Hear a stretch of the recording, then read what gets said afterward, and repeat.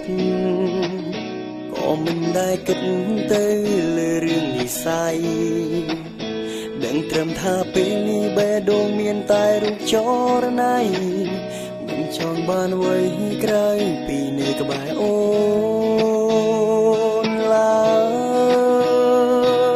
យ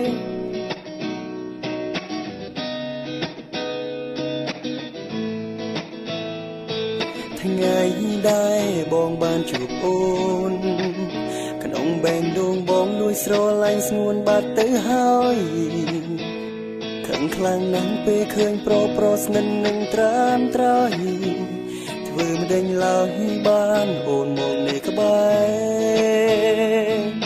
ចង់ឲ្យដឹងថាអូនសំខាន់ប៉ុណ្ណានៅពេលនេះបងត្រូវការតែរូបជីវ៉ាដឹងទេថាគុំពេកគ្មានអូនបងឯកា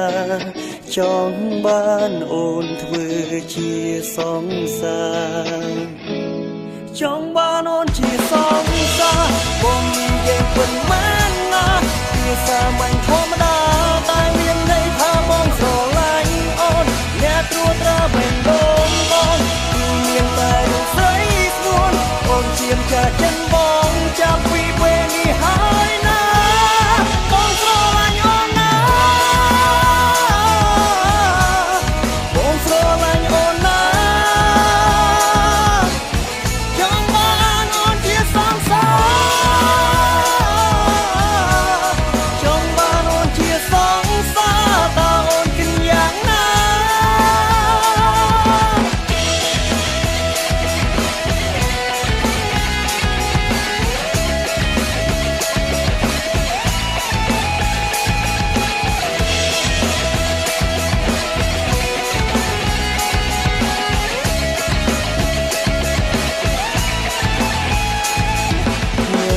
ដែលបងបានជួបអូ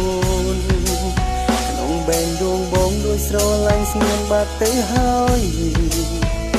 ខឹងខ្លាំងណាស់ពេលឃើញប្រុសស្និននឹងត្រានត្រៃធ្វើមិនដេញឡើយបានអូនមកនៅក្បែរ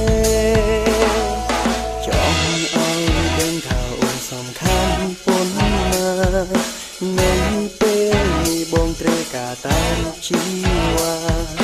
ដឹងទេថាគុំពេកមានអូនបងឯកាចង់បានអូនធ្វើជាសង្សារ